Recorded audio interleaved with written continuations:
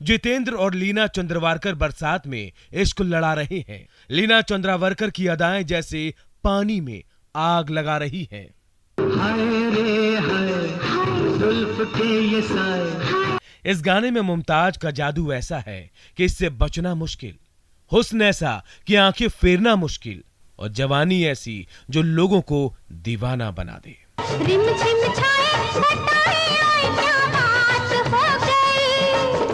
उस दौर में ये गाना जब भी बजता लोगों के जिगर के पार हो जाता। तेरी चुनरी लहराई बरसात हो गई। कहते हैं जब इस गाने की रिकॉर्डिंग हो रही थी तो मोहम्मद रफी को यह बात याद दिलाई गई कि कुछ साल पहले उन्होंने प्यारेलाल को 500 रुपए दिए थे। रफी साहब ने कहा, भाई मुझे तो ऐसी कोई बात याद नहीं कि मैंने इन्हें ऐसी कोई रकम दी थी। ये दिल तुम कहीं लगता नहीं, हम क्या करें।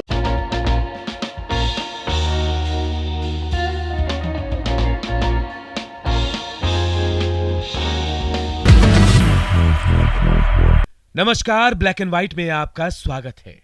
दोस्तों, इस एपिसोड में हम बात करेंगे संगीतकार लक्ष्मीकांत प्यारेलाल की, हिंदी सिनेमा के महान गायक मोहम्मद रफी की और महान गायिका लता मंगेशकर की। दिल को मुलाकात हो गई। इस एपिसोड में जिक्र करेंगे उन गानों का जिन्हें संगीतकार लक्ष्मीकांत प्यारेलाल के संगीत निर्देशन में मोहम्मद रफी और लता मंगेशकर ने मिलकर गाया। गम न कर, मुझे तो लग रहा है क्यों मगर। दोस्तों, संगीतकार लक्ष्मीकांत प्यारेलाल हिंदी सिनेमा में उस वक्त आए थे जब नौशाद, शंकर जयकिशन और एस.डी. बर्मन जैसे गुणी संगीतकार काफी कुछ कर चुके थे और दुनिया उनके एक से बढ़कर एक सुपर हिट और हिट गानों का लुत्फ उठा चुकी थी। दोस्तों, संगीतकार लक्ष्मीकांत प्यारेलाल ने हिंदी सिनेमा में दस्तक दी 1963 में। हिंदी सिनेमा संगीत के स्वर्णकाल का पहला खंड बीत चुका था और दूसरे कालखंड के 2 साल निकल चुके थे। दोस्तों, जब लक्ष्मीकांत प्यारेलाल ने अपने करियर की शुरुआत की तो उन्हें भी उनके वरिष्ठ और दूसरे समकालीन संगीतकारों की तरह उस दौर के महान गायक मोहम्मद रफी और स्वर कोकिला लता मंगेशकर का साथ मिला। लक्ष्मीकांत प्यारेलाल के संगीत निर्देशन में मोहम्मद रफी और लता मंगेशकर के युगल गाने की शुरुआत ही हुई लक्ष्मीकांत प्यारेलाल की पहली फिल्म पारसमणि से, जो आई थी 1963 में। वो जब याद आए। शास्त्रीय राग पर आधारित यह गाना 60 के दशक के सबसे मधुर गानों में से एक माना जाता है।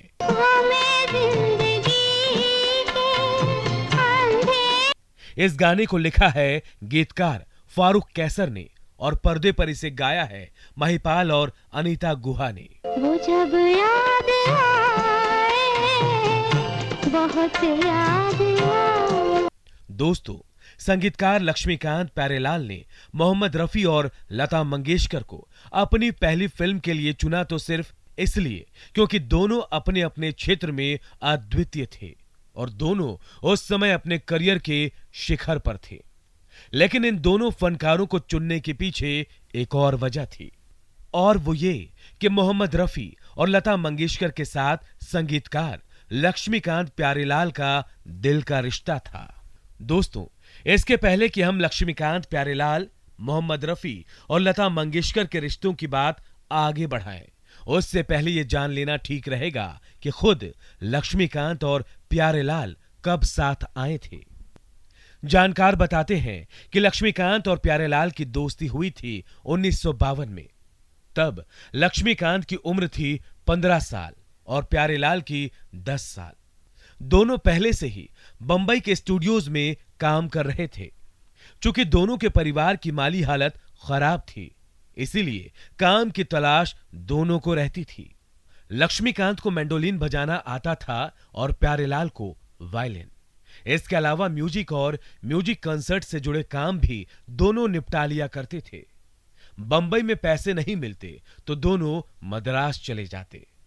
दोस्तों, लक्ष्मीकांत प्यारेलाल ने अपनी शुरुआत तो 1963 में पारस मणि के साथ की और फिर 1964 में दोस्ती जैसी फिल्म दी, लेकिन दुनिया ने उनके संगीत का जलवा देखा 60 के दशक के मध्य के बाद, यानी 1965 के बाद।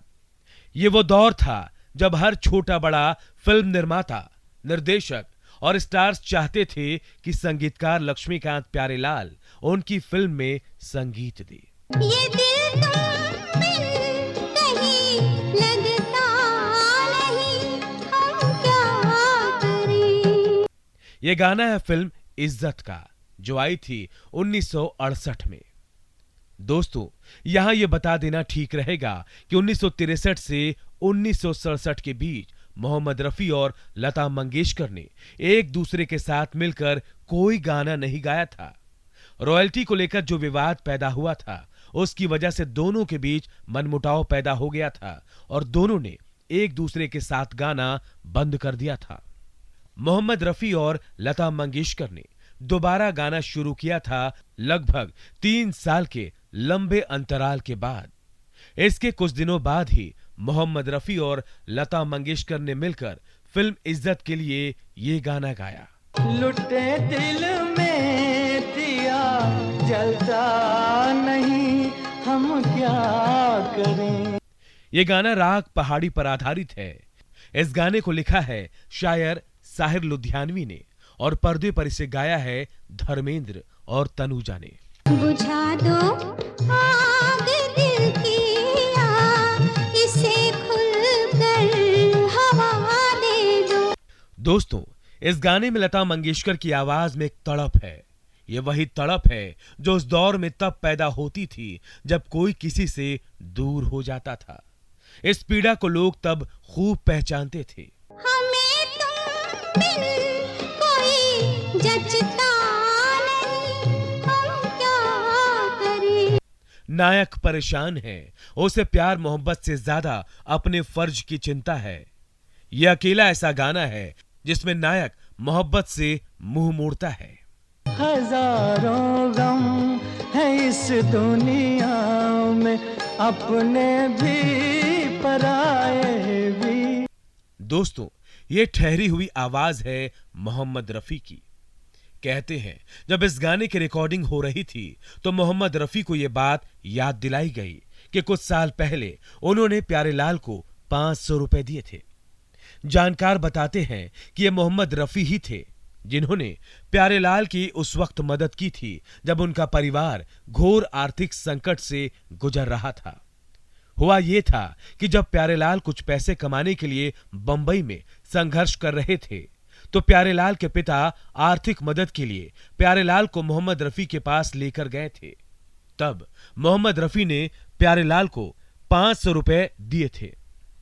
इतने समय बाद फिल्म इज्जत के इस गाने की रिकॉर्डिंग के समय जब मोहम्मद रफी को उस 500 रुपए की याद दिलाई गई तो उन्होंने कहा, भाई मुझे तो ऐसी कोई बात याद नहीं कि मैंने इन्हें ऐसी कोई रकम दी थी। लुटे दिल में दिया जलता नहीं, हम क्या करें। दोस्तों, इन गानों के बाद लक्ष्मीकांत प्यारेलाल, मोहम्मद रफी और लता मंगेशकर ने मिलकर 1969 में दुनिया को एक ऐसा सुपरहिट गाना दे दिया कि सभी देखते रह गए। फिल्म थी दो रास्ते। तू चली आई दुहाई, ओए क्या बात हो गई। राजेश खन्ना का दौर शुरू हो चुका था। आसमान में उनका सितारा बड़ी तेजी से अपनी चमक बिखेर रहा था। मुमताज के साथ उनकी जोड़ी जमने लगी थी। दोनों मिलकर जैसे लोगों के दिलों पर छुरियां चलाए जा रहे थे। दिल में दिल को पुकारा, मुलाकात हो गई। और दोस्तों, जब यह फिल्म आई तो इस गाने ने हर किसी को अपनी जद में ले लिया। इस गाने में मुमताज का जादू ऐसा है कि इससे बचना मुश्किल, हुस्न ऐसा कि आंखें फेरना मुश्किल और जवानी ऐसी जो लोगों को दीवाना बना दे। रिमझिम छाए बताए, ओए क्या बात हो गई। उस दौर में यह गाना जब भी बजता लोगों के जिगर के पार हो जाता। तेरी चुनरी लहराई, बरसात हो गई। इस गाने को लिखा है आनंद बख्शी ने और इसे मोहम्मद रफी के साथ गाया है लता मंगेशकर ने। जिसका डर था बेदर्दी वही बात हो गई।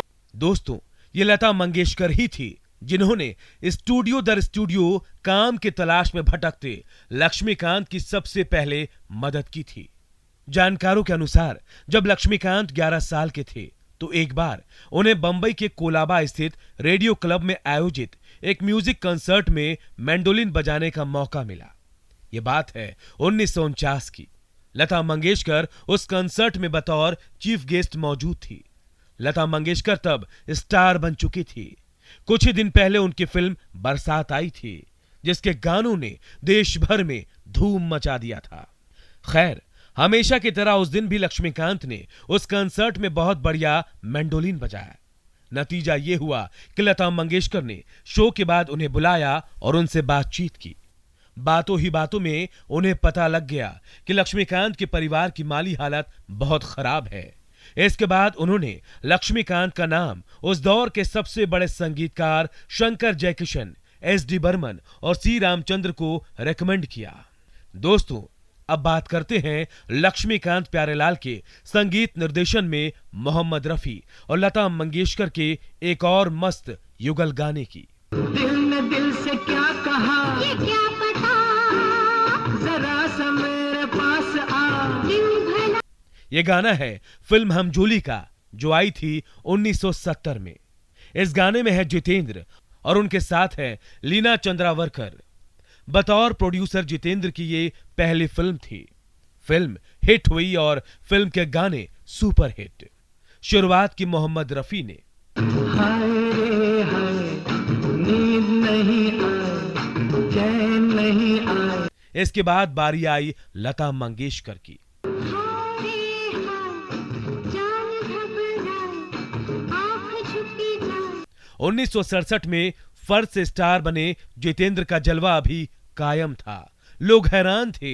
लीना चंद्रावरकर की अदाएं जैसे पानी में आग लगा रही थी। हाय रे हाय, मस्त घटा छाए, प्यास ना बुझाए। दोस्तों, आपको बता दें कि संगीतकार लक्ष्मीकांत प्यारेलाल के संगीत निर्देशन में मोहम्मद रफी और लता मंगेशकर ने कुल मिलाकर 78 युगल गाने गाए हैं, जो दूसरे किसी भी संगीत निर्देशक के मुकाबले ज्यादा है।